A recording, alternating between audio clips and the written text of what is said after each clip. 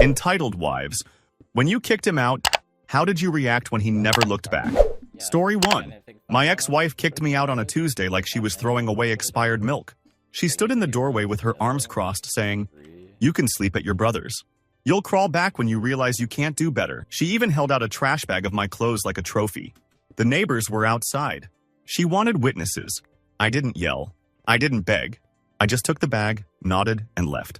That's what seemed to bother her most. No drama for her to feed on. That night I slept on my brother's couch, filed for a short-term lease the next morning, and changed every account password she had ever touched. I also set my phone to send all her calls straight to voicemail. Not to punish her. I just didn't have the bandwidth to be her audience anymore. 2 days later, she texted, "We need to talk. Come by and get the rest of your stuff." I replied, "Please put everything in boxes. I'll have someone pick it up." That's when she lost it. She started showing up at my work with a fake calm smile, trying to corner me near the elevator. "You're really doing this? You're really going to act like I don't exist?" The truth was ugly and simple. I wasn't acting. The final blow to her ego came when she tried to shame me publicly. She posted a long Facebook rant about men who abandon their families. My sister-in-law commented one sentence: "He didn't abandon anyone. You kicked him out." Then people started posting screenshots of her old messages.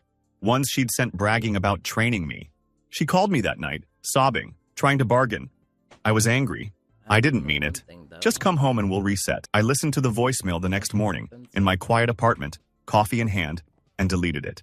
Not because I'm cold. Because the moment she kicked me out, she taught me how peaceful life could be without her. Story 2. My wife used to treat our marriage like a hotel. She complained, demanded upgrades, and acted like the staff should be grateful for her presence. The night she kicked me out, it was over something stupid. Her friend's husband bought her a new SUV and mine was embarrassing. She threw my keys at my chest and said, "Go stay somewhere else until you figure out how to be a real man." I left with my laptop and nothing else. I didn't even pack. I just walked out because the sentence, "until you figure it out," sounded like a life sentence. I stayed at a cheap motel for 2 nights, and in those 2 nights I made a list. What I paid for, what accounts were in my name, and how many times I'd apologized for things I didn't do. Then I spoke to a lawyer. I didn't announce it. I didn't threaten. I just handled it. A week later, she texted like nothing happened. "Are you done being dramatic?" "I have brunch Sunday," I answered. "We'll communicate through email going forward." That's when she realized kicking me out didn't make me smaller.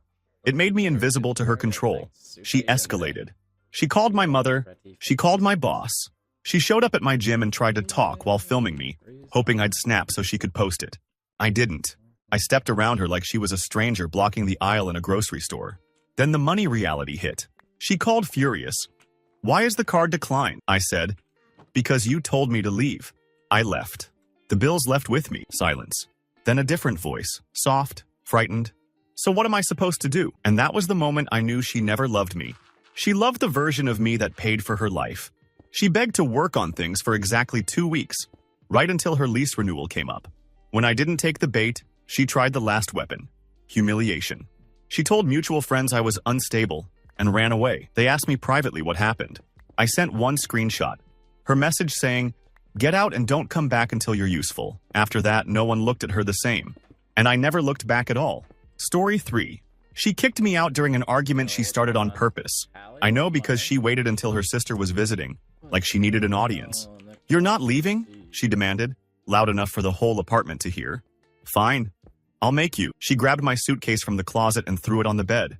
She started shoveling my clothes into it like she was packing for a trip she couldn't wait to take. Then she pointed at the door and said, "Go.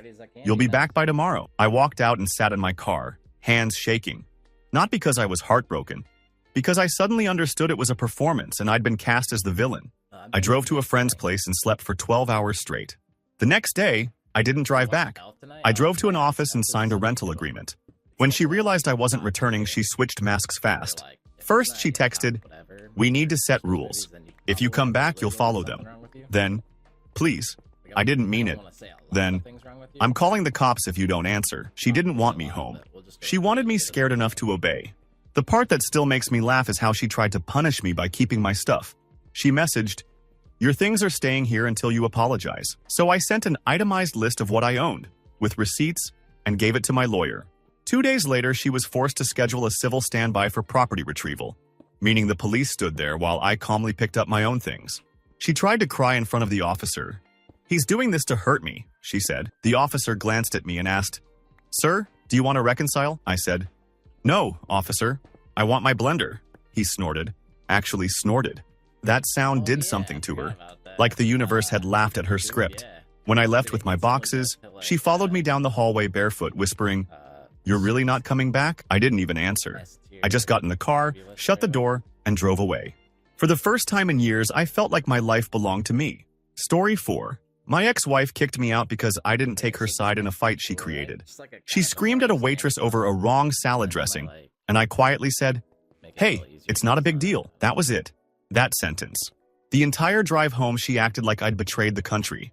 When we got inside, she opened the front door, pointed at it, and said, "Leave. I don't want a husband who embarrasses me." I remember standing there thinking, this is her dream moment. She wanted me to panic, to grab her hands, to beg, to prove I'd do anything. So I left. At first, she enjoyed it. She posted vague quotes about knowing your worth. She told friends she finally put me in my place. But a funny thing happened when I didn't come back. Her life got harder and quieter. She was used to me doing the invisible stuff, setting up the auto payments, fixing the Wi-Fi, scheduling repairs, dealing with insurance, handling the adult calls she hated. I didn't realize I was carrying the scaffolding of her comfort until I removed it. The first email was about the internet. "It's not working. Call them," I replied. "You can call them." Then came the HOA notice. Then the car registration. Then her employer messed up her direct deposit and she wanted me to handle it. Each message was more desperate, more angry. Like she couldn't accept the idea that the world wouldn't route itself through me anymore. 2 months later, she showed up at my new place unannounced, holding a grocery bag of my mail and trying to smile like we were old friends. "I've been thinking," she said. "Maybe I overreacted."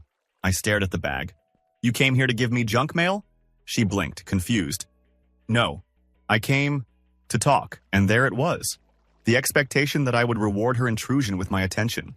I took my mail, closed the door, and locked it. Through the door, I heard her voice rise, then crack. "You can't just erase me." But I could. And I had. Her biggest shock wasn't losing me. It was discovering she couldn't force me to return. Story 5. She kicked me out on our anniversary. We had dinner reservations. She spent the entire day posting Instagram stories about the perfect life. Then spent the entire night picking apart everything I did wrong. The waiter brought dessert and she smiled for the photo. Then leaned in and hissed, "I can't stand you." On the drive home, she said, calm as ice, "When we get back, pack a bag. I need space. You're suffocating me." At the house, she didn't even wait for me to respond. She pulled my duffel bag from the closet and threw it at my feet like she'd rehearsed it. "I want you out tonight." I walked into the guest room, packed essentials, and left. I didn't argue because I suddenly saw the pattern. She'd threaten, I'd scramble. She'd rage, I'd repair. It had become her way of feeling powerful. This time, I didn't repair. The next morning, she texted, "You can come back tonight if you apologize for ruining our anniversary." I laughed out loud in the empty apartment I'd rented the day before. Not a bitter laugh, a relieved one. Because it was so absurd it finally snapped the spell. I replied, "No." That single word detonated her. She sent paragraphs, insults, guilt, promises, blame. Then she tried sweetness. "I miss you. This house feels wrong without you." Then threats. "I'll tell everyone what you did." I didn't answer any of it. I moved the rest of my things out while she was at a brunch with friends. I left the key on the counter and an email forwarding confirmation in my inbox. 2 weeks later, she ambushed me at a mutual friend's birthday party. She walked right up, wine glass in hand, and said loudly, "So you just decided you're too good for your own wife now?" Every head turned. She wanted the stage. I looked at her. Perfect hair, perfect outfit, that familiar hunger for attention, and said evenly, "You kicked me out. I respected your decision." People went silent.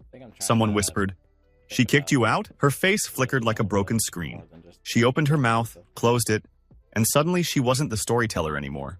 I left the party early. In the parking lot, my phone buzzed with her message. "Please stop. Just come talk to me." I didn't. Because the first night she kicked me out, she expected I'd be frightened enough to return. Instead, I discovered peace, and she never got to take it from me again. Story 6. She kicked me out with a smile. Not a sad smile, an "I'm finally winning" smile.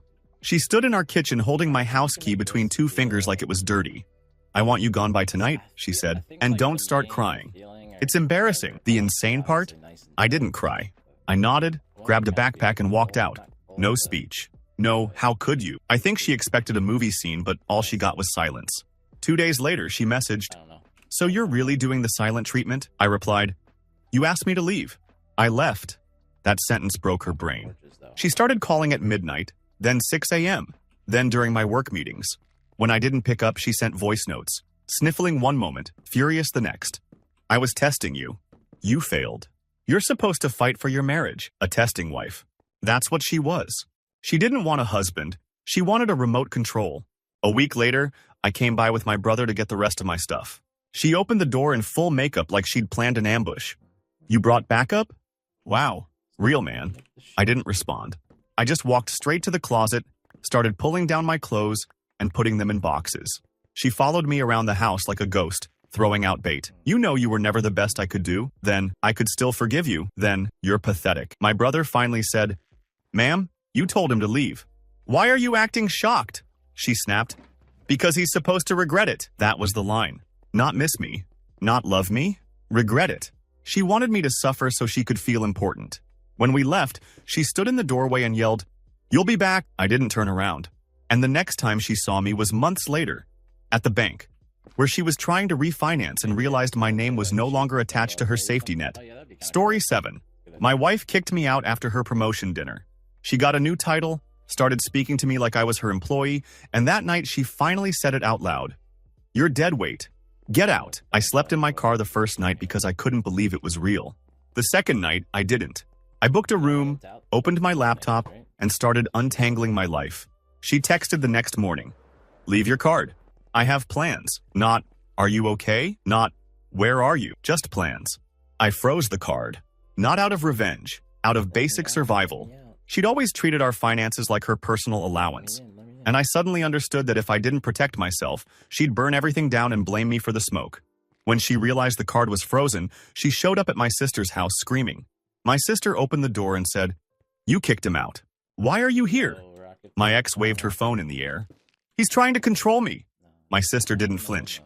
"No, he's escaping you." That sentence spread through the family faster than anything. Everyone had seen her bossy side, but no one had seen the full version. She'd been careful.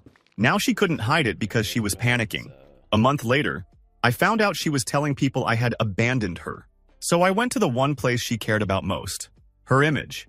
At a friend's barbecue, she started performing, laughing too loud, acting wounded, hinting about how I changed. Someone asked me directly, "So what happened?" I said, calm. She told me I was dead weight and kicked me out after her promotion dinner. She laughed, sharp and fake. "I didn't kick you out. I asked for space." I looked her in the eyes and said, "You threw my keys into the yard." The circle went quiet. One friend's wife whispered, "Oh my God." My ex went pale, then red, then she stormed off. She didn't lose me that day. She lost the narrative. And for her, that was worse. Story 8. She kicked me out because I didn't clap hard enough. I wish that was a joke, but it's not. She hosted a big party at our place. Her friends, her co-workers, her whole look at my life crowd. She made a speech about her new business, and everyone applauded. I did too, apparently not enthusiastically enough. After people left, she said, "You embarrassed me. You acted like you were jealous." I said, "I'm tired." "That's all?" She smiled like she'd caught me. "Pack a bag. You can sleep somewhere else." I walked to the bedroom, packed, and left without arguing. The next morning, she woke up to something she'd never experienced in our marriage, consequences. She called like she was ordering room service. "Bring the spare key back, and you need to mow the lawn today." I didn't respond. I was sitting in a cafe, applying for a rental apartment, feeling like oxygen was returning to my brain. When she realized I wasn't coming back, she tried a new tactic. A group chat with her friends, including me, where she wrote, "I'm worried about him. He's acting unstable." Unstable. Because I didn't obey. I replied in the group chat, one message, "You told me to leave last night because I didn't clap hard enough at your speech." Her friends went silent. Then one wrote, "Wait, what?" Another, "That's not funny, is it?" Another, "Girl, did you really say that?" Within minutes, she removed me from the chat. But it was too late. She'd tried to weaponize public opinion, and instead, she exposed herself. A week later, she showed up at my new place with a peace offering bag of my favorite snacks and a scripted apology.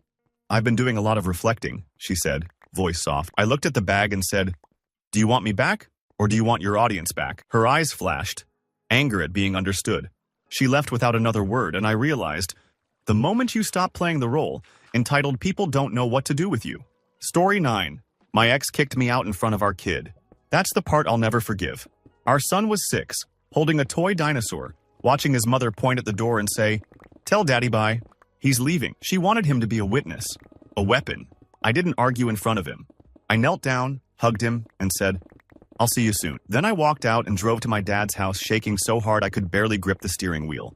That night she texted, "He cried. This is on you." No, that was on her. So I documented everything from that moment forward. Screenshots, dates, witnesses. Not because I wanted war, because I knew she would rewrite history if I let her. She expected me to come back groveling for access to my child. Instead, I filed for a custody schedule the next week. When she got served, she called screaming. "How dare you do this to me? You're humiliating me," I said. "You humiliated him. I'm protecting him." Suddenly, she was sweet. She offered family counseling. She promised she didn't mean it. She even tried flirting, like switching to a different costume. But the court process doesn't care about costumes. It cares about patterns. And her pattern was control through chaos. The day we met to exchange our son, she arrived dressed like it was a date, smiling too wide. "See?" she said loudly, so the other parents could hear. "We're being so mature." I didn't respond. I buckled my son into my car, gave him a juice box, and drove away. In the mirror, I saw her face drop, like she couldn't stand that I wasn't reacting. She didn't want maturity. She wanted emotional leverage.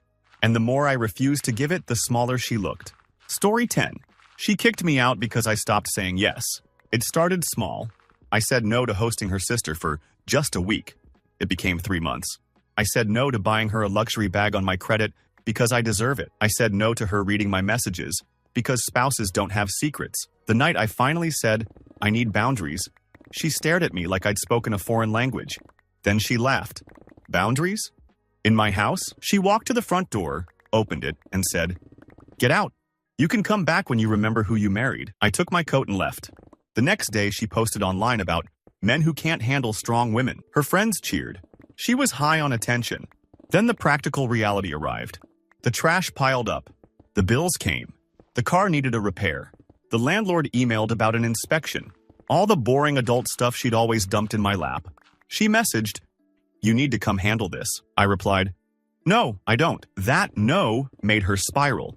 She showed up at my office with tears, claiming she was scared and didn't feel safe alone. The second I stepped outside to talk, her tears vanished. She snapped, "So you're really going to abandon your responsibilities?" I looked at her and said, "You confused responsibilities with servitude." Her mouth opened, and nothing came out. She'd never had a husband speak to her like an equal. A month later, I ran into her at a mutual friend's wedding. She walked up like a queen returning to her throne. "So," she said, scanning my suit, "you're finally trying." I smiled politely and said, "I'm not trying. I'm just free." She waited for me to add something. An apology, a compliment, a plea. When I didn't, her expression cracked. For the first time, she looked genuinely lost, because the man she kicked out didn't look back. And she had no idea who she was without someone to control. Story 11. She kicked me out like she was firing me. Clipboard voice, cold eyes, even a little sigh of annoyance. "Pack your essentials.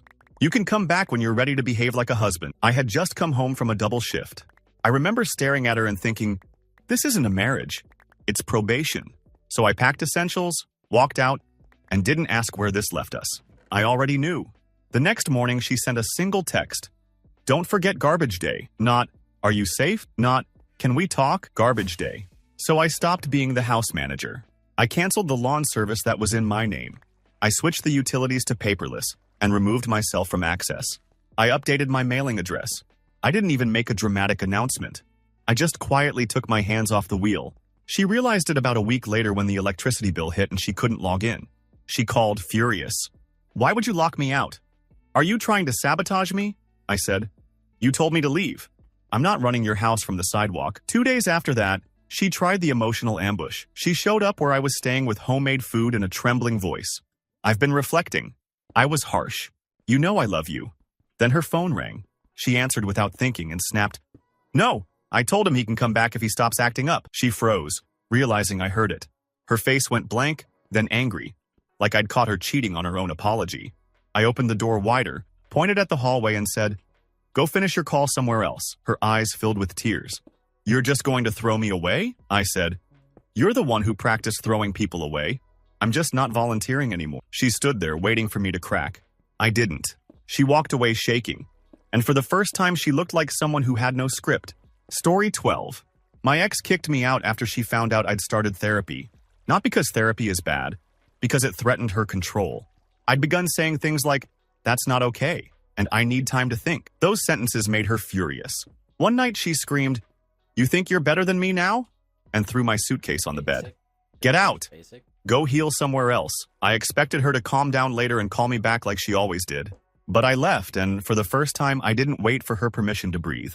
The next day, she texted, "I'll allow you to come home if you stop letting that therapist poison you." That message flipped something inside me. I forwarded it to my therapist and we laughed. Not because it was funny, but because it was so revealing. "I'll allow you." A week later, she tried to accidentally run into me at the grocery store. She was in the aisle with the fancy cheeses, dressed like she was going to a photo shoot. "Oh my God," she said, hand to chest. "I've been so worried. Are you okay?" I looked at her cart. Wine, candles, ingredients for a dinner date.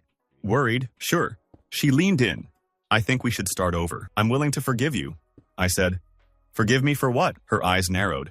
"For humiliating me by leaving." I didn't raise my voice. I simply said, "You told me to get out." "I did." "That's not humiliation. That's obedience." "You're just mad it didn't hurt me." She stared like I'd slapped her, then hissed, "You're cruel." "No," I said. "I'm clear." She walked away fast, but I saw her shoulders shaking. She didn't want reconciliation. She wanted the old me, confused, apologetic, easy to steer. When I didn't give her that, she didn't know who she was talking to anymore. Story 13. She kicked me out because I wouldn't cancel my mother's birthday dinner. My ex had this rule. If she wasn't the center of the plan shouldn't exist. That week, my mom turned 60, and I promised I'd take her out. My ex pouted for days. Then, an hour before I was supposed to leave, she said, "If you walk out that door, don't bother coming back." I stood there holding my jacket, staring at her like she'd just threatened a hostage situation over cake. "Are you serious?" She nodded, satisfied. "Let's see what you choose." So I chose my mom. I came home later to find my suitcase on the porch and the locks changed. She'd actually done it. She wanted me to feel punished. Instead, I felt lighter, like someone had finally cut the rope. The next morning, she texted, "I hope you enjoyed your little dinner. When you're ready to apologize, we can talk." I sent one message. "Do not contact me except about logistics." That was the moment she panicked. She started calling our friends, crying about how I abandoned her. But the story didn't land because people remembered the ultimatum she'd bragged about the night before. She had posted a vague quote online, "If he chooses his family over you, he's not your man." She thought it was empowering. It backfired. People asked, "Wait, you made him choose?" Even her cousin told her, "That's not normal." 2 weeks later, she showed up at my mom's house, trying to talk. My mom opened the door and said, calm as winter, "You don't get to change locks and then show up here like you're the victim." My ex tried to cry. My mom didn't budge. I stood behind my mom and realized something. My ex only felt powerful when I stood alone. The second I stopped isolating myself, her trick stopped working. I never went back, and she never forgave me for not begging. Story 14. My wife kicked me out after I got a raise because I didn't spend it correctly. I came home excited, told her the news, and she immediately opened her laptop. "Great," she said. "So we can upgrade my car." I told her I wanted to pay off debt first. Her smile disappeared like someone turned off a light. "Debt is your problem," she said. "I deserve nice things." When I didn't agree, she turned it into a war. "You're financially abusive," she shouted. "You're punishing me." Then she pointed to the door. "Get out until you remember your role." I left. Not because I wanted to, because I realized she had no interest in partnership, only access. The next week, I opened a new account, had my paycheck deposited there, and started budgeting like my life depended on it. Because it did. She tried to lure me back with guilt. "You're breaking this family." Then rage. "You think you'll do better without me?" Then romance. "I miss you, babe." It was like watching someone cycle through a toolkit. When none of it worked, she came at me with spreadsheets. She actually emailed me a list titled Terms for Reconciliation. It included a monthly allowance for her, a rule that I couldn't discuss finances with anyone else, and a requirement that I apologize publicly for stressing her out. I read it twice, not believing it was real. Then I forwarded it to my lawyer and wrote one line back. No. Months later, I ran into her at a restaurant. She was on a date, laughing loudly, performing happiness. When she saw me, she stiffened, then forced a smile like she'd won. I nodded politely and kept walking. And that's when she cracked, because she needed me to look hurt, needed proof she mattered. But I didn't give it to her. I paid my bill, walked out into the night, and felt richer than any raise could make me. Story 15. She kicked me out on a weekend trip, hundreds of miles from home. We were visiting her friends and she was in full show-off mode, controlling what I wore, what I said, even how I laughed. At dinner, I made a harmless joke about her always being late. Everyone chuckled. She didn't. Back in the hotel room, she hissed, "You humiliated me," I said. It was a joke. She grabbed my bag and threw it toward the door. "Get out. Find your own way home." At first, I thought she was bluffing. Then she locked the door behind me. I stood in the hallway listening to her move around inside, waiting for her to open it, to say, "Fine, come back." She didn't. She wanted me to beg through the door like a dog left outside. So I booked my own room in the same hotel, on the other side of the building. I slept like a rock. The next morning, she texted, "Okay, lesson learned. Come back. No apology. No remorse. Just lesson learned." I didn't respond. I checked out, rented a car, and drove home alone. 6 hours of quiet felt like detox. When she realized I was gone, she exploded. She called me dozens of times. She left voicemails threatening to tell her friends I abandoned her. She even messaged my dad, "Your son is having a breakdown." I didn't fight the rumors. I didn't defend myself. I just filed for separation and attached the hotel receipt showing she locked me out. Weeks later, her friend texted me privately. "She told us you stormed off. But she also admitted she locked you out." "Why would she do that?" I answered. "Because she thought I'd come crawling." That was the pattern. She kicked me out to prove she could. What she never expected was that I'd take the exit and keep driving. Story 16. She kicked me out because I stopped laughing at her jokes about me. For years, she'd roast me in front of friends. How I couldn't fix anything. How I needed supervision. How she was raising me. People would laugh, and I'd smile like it didn't sting. Then one night, I didn't. We were at a dinner with her coworkers. She said, "If I didn't remind him, he'd forget his own head." And everyone chuckled. I looked at my plate and said calmly, "That's not true." The room went awkwardly quiet. Her smile tightened. On the drive home, she didn't speak. The second we walked in the door, she snapped, "You embarrassed me. Get out." I thought she meant it for the night. She meant it as punishment. She wanted me scared, apologizing by sunrise. Instead, I went to a hotel, slept 8 hours, and woke up with a strange feeling. Relief. No tension in the air. No walking on eggshells. Just quiet. She texted at 9 a.m. "Are you ready to apologize?" I replied, "No. I'm ready to live in peace." She showed up at the hotel lobby that afternoon. Not crying, furious. "Do you know how this makes me look?" she hissed. That was the tell. Not, "I miss you." Not, "I'm sorry." Just her image. I didn't argue. I checked out, moved into a short-term rental, and told my job to ignore her calls. A week later, she tried to corner me at my friend's housewarming, loud enough for everyone to hear. "So you're really throwing away our marriage because you can't take a joke?" I said. "No. I'm leaving because you need me to be the joke." It got so silent you could hear someone's ice clink in a glass. She stared like she'd been slapped, then walked out. And I realized, the moment you stop being entertainment, an entitled person calls it betrayal. Story 17. My ex kicked me out during a renovation because I questioned her vision. She had decided our living room needed to be Pinterest perfect. I was the unpaid labor. I painted after work, carried furniture, cleaned up dust. One Saturday I asked, "Can we pause spending for a week? The numbers are getting high." She dropped her paintbrush like I'd insulted her bloodline. "You always ruin everything. If you can't support me, leave." Then she marched to the front door, opened it, and pointed outside like she was throwing out trash. "Go." So I went. I drove to my cousin's place and sat in his garage staring at the wall. I kept thinking she'd call, say she overreacted. But instead, she sent a photo of the half-painted wall with the caption, "Look what you did." That's when it hit me. She didn't want help. She wanted control and someone to blame when she felt stressed. I did something she never expected. I let the renovation be her problem. Within days, she started messaging, "Where is the ladder? Which breaker is for the living room? The faucet is leaking." Then the real panic. "The contractor says he needs a deposit. Transfer money." I answered, "No." She called screaming, "You're sabotaging me." I said, "You kicked me out. You said leave. This is what leave looks like." 2 weeks later, she showed up at my cousin's house with teary eyes and a sweet voice. "I've been so overwhelmed." "I shouldn't have said that," my cousin asked. "Are you apologizing? Or are you shopping for a handyman?" She blinked, offended. "Excuse me?" He shrugged. "Because you're not talking about him. You're talking about the house." Her face twisted into rage. She stormed off and texted me later, "I can't believe you let him disrespect me." That was the punchline. She expected my loyalty while treating me like a tool. I never went back. Not because I hated her. Because I finally understood I didn't exist in her world as a person, only as a resource. Story 18. She kicked me out after a girls' night because her friends convinced her she deserved better. She came home smelling like cocktails and confidence, slurring the same phrases like a script. I settled. You're holding me back. I can do so much better. Then she pointed at the door and said, pack your stuff. I need space. I didn't even argue. I packed a bag and left. Mostly because I knew arguing would become her story tomorrow. He got scary. The next morning, she didn't remember half of it. She texted, where are you? Like I'd disappeared for fun. I replied, you told me to leave. She called instantly. I didn't mean it like that.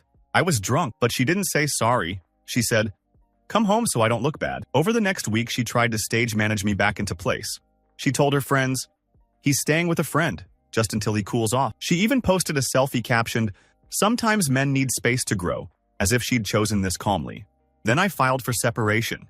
When she got the papers, she drove to my friend's house and pounded on the door screaming my name. My friend opened it and said, you can't do this, she shouted. Tell him to come out. He's ruining my life. My friend replied, you kicked him out. You did this. She stared, wild-eyed, like the world was malfunctioning. She kept repeating, but he's not supposed to actually leave. That's the line that haunted me. In her head, my life wasn't mine. It was a prop she could move around to stabilize her moods. She spent months trying to bait me. Apologies with conditions, tears followed by insults, promises followed by threats. I didn't bite. The last message I ever read from her said, I forgive you. Come home. That's how entitled she was. She thought she could forgive me for obeying her order. Story 19. My wife kicked me out because I wouldn't quit a hobby she didn't approve of. I'd started taking evening classes, woodworking. Nothing crazy. It made me happy, gave me a break from constant criticism. She hated it immediately. It's childish, she said. You're wasting time. You should be focusing on me. One night I came home with sawdust on my sleeves and she lost it. You're choosing a stupid hobby over your marriage. Get out. I remember looking at her and saying, it's 2 nights a week. She replied, exactly. 2 nights you're not serving me. That sentence did something to me. I grabbed a bag and left. She expected me to return in a day, begging to be forgiven and promising to quit. Instead, I kept going to class. I built a small bookshelf, then a coffee table, and with every project, my brain got clearer. She started texting like a manager trying to regain an employee. I need you to come fix the sink. I need you to take the car in. I need you to mow. I didn't respond. I hired a plumber for my new place and realized I could solve problems without her voice in my ear telling me I was incompetent. When she realized I wouldn't come back, she tried to shame me. She posted online about men abandoning their wives for selfish passions. One of my classmates, an older woman, commented, passions don't destroy marriages. Control does. My ex deleted the post within an hour. Weeks later, she showed up at the workshop standing in the doorway, staring at me like I'd joined a cult. So this is what you chose, she said, disgusted. I looked at the table I'd built, the people around me smiling, the calm in my chest, and said, no, this is what I found after you kicked me out. She waited for me to argue. I didn't. She left with her shoulders stiff, like she couldn't stand the idea that my life was still expanding without her. Story 20. She kicked me out right after her birthday party, after I paid for everything. She demanded a rooftop dinner, a photographer, custom cake, party favors. I handled it. That night, after everyone left, she sat on the couch scrolling through photos and frowned. You didn't get enough pictures of me from my good side, she said. I laughed because I thought she was joking. She wasn't. She threw her phone down and said, you never do anything right. Get out. I can't even look at you. I stared, honestly stunned. Over pictures? She crossed her arms. It's not about pictures. It's about you not valuing. Translation, I didn't worship her correctly. So I left. I slept at a friend's place. The next morning she texted, come back and we'll talk about how you can make this up to me. I didn't answer. I opened my banking app and realized how much of my money had been turned into her moments. I didn't feel angry so much as used. When she realized I wasn't coming back, she tried to weaponize the friend group. She invited everyone to brunch and told them I'd ruined her birthday and stormed out. One friend asked me privately what happened. I sent the invoice for the party and a screenshot of her text. You didn't get enough pictures of me. Get out, my friend replied. This can't be real. It was. And once one person saw it, the illusion cracked. People started noticing other things. How she talked to servers, how she interrupted conversations to redirect attention to herself, how she treated me like a background character. A month later, I ran into her outside a cafe. She looked me up and down like she was evaluating a product. So, she said, "Are you done punishing me?" I said, "I'm not punishing you. I'm living." Her face tightened. She took a step closer like she expected me to shrink. I didn't. That's what she couldn't tolerate. A man she kicked out who didn't come back apologizing for not worshiping her hard enough. Story 21. She kicked me out because I wouldn't match her energy at her friend's baby shower. Her friend opened gifts for 2 hours, and my ex kept nudging me to clap, cheer, and act like we were at a concert. When I whispered, "Babe, relax," she smiled sweetly in front of everyone, then grabbed my wrist hard under the table. In the car, she exploded. "You made me look like I married a dead fish," I said. "It was a baby shower," she said. "Exactly. You represent me." We got home and she went straight to the closet, pulled out a suitcase like she'd been waiting for permission. "Pack. Leave. I'm not doing this with you." I left. No argument. I was too tired to fight for the right to be treated decently. The next morning she texted, "You can come home if you apologize to me and send flowers to my friend." I replied, "No." She started calling my phone nonstop. Then she switched tactics. She emailed a schedule for how we would fix me, weekly date nights, daily compliments, and a rule that I couldn't correct her in public. I read it and realized she had never wanted a partner. She wanted a brand ambassador. 2 weeks later, she showed up at my brother's place, crying quietly on the porch so the neighbors would see. "I'm scared he's leaving me," she told them loudly. My brother opened the door and said, "You kicked him out," she snapped. "It was a boundary," he shrugged. "Then live with your boundary." That's when her tears vanished. She turned to me and hissed, "You're really going to embarrass me like this?" I said, "You embarrassed yourself when you treated your husband like an accessory." She stared, stunned, like I'd broken a rule. And maybe I had. The rule where I always apologized first. I never moved back, and the worst part for her wasn't losing me. It was losing the ability to stage manage me. Story 22. My wife kicked me out after she read my journal. Not because it contained cheating or secrets, because it contained truth. I'd written that I felt lonely, that her criticism had become constant, that I was shrinking to avoid fights. She found it, read it, and then confronted me like I'd committed a crime. "So I'm the villain," she said, voice trembling with anger. "You're telling lies about me to a book?" I told her. "It's my journal. It's how I process." She grabbed it, threw it in the trash, and said, "Process this. Get out." I left with nothing but my wallet and my keys. That night at a friend's place, I kept replaying her throwing away my words. It wasn't just invasion, it was erasure. Like my feelings were garbage. The next day she texted, "I cleaned up. You can come back if you stop being dramatic." That was her apology, calling me dramatic. I didn't go back. Instead, I bought a new notebook and started writing again. I wrote down everything I'd been too afraid to say out loud. With every page, I felt more solid. When she realized I wasn't returning, she started calling my friends to get information, then calling my mother to cry. My mom, bless her, asked one question. "Did you tell him to leave?" My ex hesitated. My mom said, "Then why are you acting confused that he left?" Weeks later, she tried to return my journal. She showed up with it in a gift bag, like it was a peace offering. "See?" she said. "I didn't throw it away. I just wanted you to understand you can't disrespect me." I took the bag, looked her in the eyes, and said, "You read my private thoughts and made it about your ego. That's not respect. That's control." She blinked, angry. "So you're leaving me because I'm honest?" I said, "No. I'm leaving because you're entitled to my mind." She stood there waiting for me to soften. I didn't. She walked away empty-handed.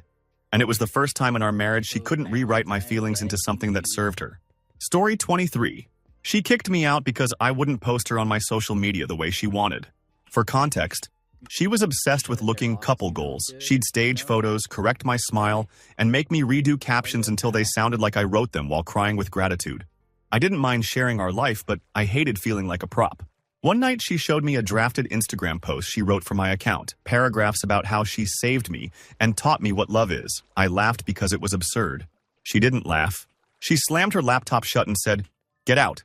If you can't publicly appreciate me, you don't deserve me." I remember thinking, is this my marriage or a marketing campaign? I packed a bag and left. She expected panic.